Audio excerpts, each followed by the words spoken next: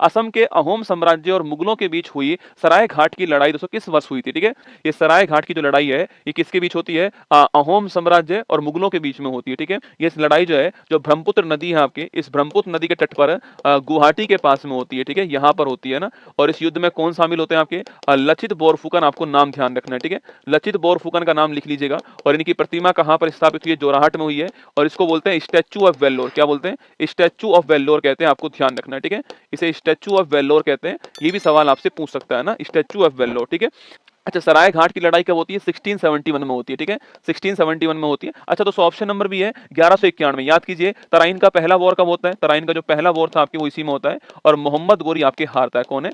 मोहम्मद गोरी हारता है, आपको ध्यान रखना है। ठीक है, अच्छा, ऑप्शन नंबर सी है 1526 पूछूं आपसे, इस समय पानीपत का पहला युद्ध हुआ, कौन सा हुआ था? पानीपत का जो पहला वॉर आपके वो इस समय हुआ था। और आप जानते हो किसके बीच हुआ था? आपके मुगल सम्राट बाबर वर्सेज आपके जो है मुगल सम्राट बाबर वर्सेज इब्राहिम लोदी जो है, ये पानीपत का पहला युद्ध हुआ था। ठीक है, 261 ईसा पूर्व पूछूं आपसे दोस्तों, याद करो। अरे इस समय कौन सा होता है? इस समय आपके कलिंग का युद्ध होता है। कौन सा होता है? जो कलिंग का युद्ध है आपके वो इस समय हुआ था, आपको ध्यान रखना है। ठीक है, जो वर्तमान ओडिशा है इसी को कलिंग कहते हैं, आपको ध्यान रखना है। ठीक है, और इस युद्ध दोस्तों आपके इस युद्ध में सम्राट अशोक ने नरसंहार किया। ठीक है, और उसके बाद में धम्मचक्र की नीति को अपना लिया। अंतिम युद्ध किसका था? सम्राट अशोक का। ठीक है, तो इसमें नरसंहार किया किसने? आपके सम्राट अशोक ने किया था। और लिखिएगा, ये सम्राट अशोक का अंतिम युद्ध था। इसके बाद में उसने धम्मचक्र की जो नीति है आपकी इसको अपना लिया और नरसंहार अहिंसा जो है छोड़ दी उसने, धम्मचक्र की नीति को उसने अपनाया, आपको ध्यान रखना है। ठीक है, और यह बात उसके शिलालेख नंबर 13 जो है उसके अंदर उसने उल्लेख किया, आपको नोट करना है। ठीक है, सवाल पूछे आपसे कि इसमें कलिंग में उस समय राजा कौन थे? ठीक है, सवाल बन सकता है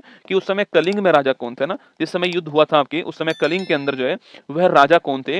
यह क्वेश्चन आपके सामने कि कलिंग का राजा कौन था, ये पूछ सकता है आपसे।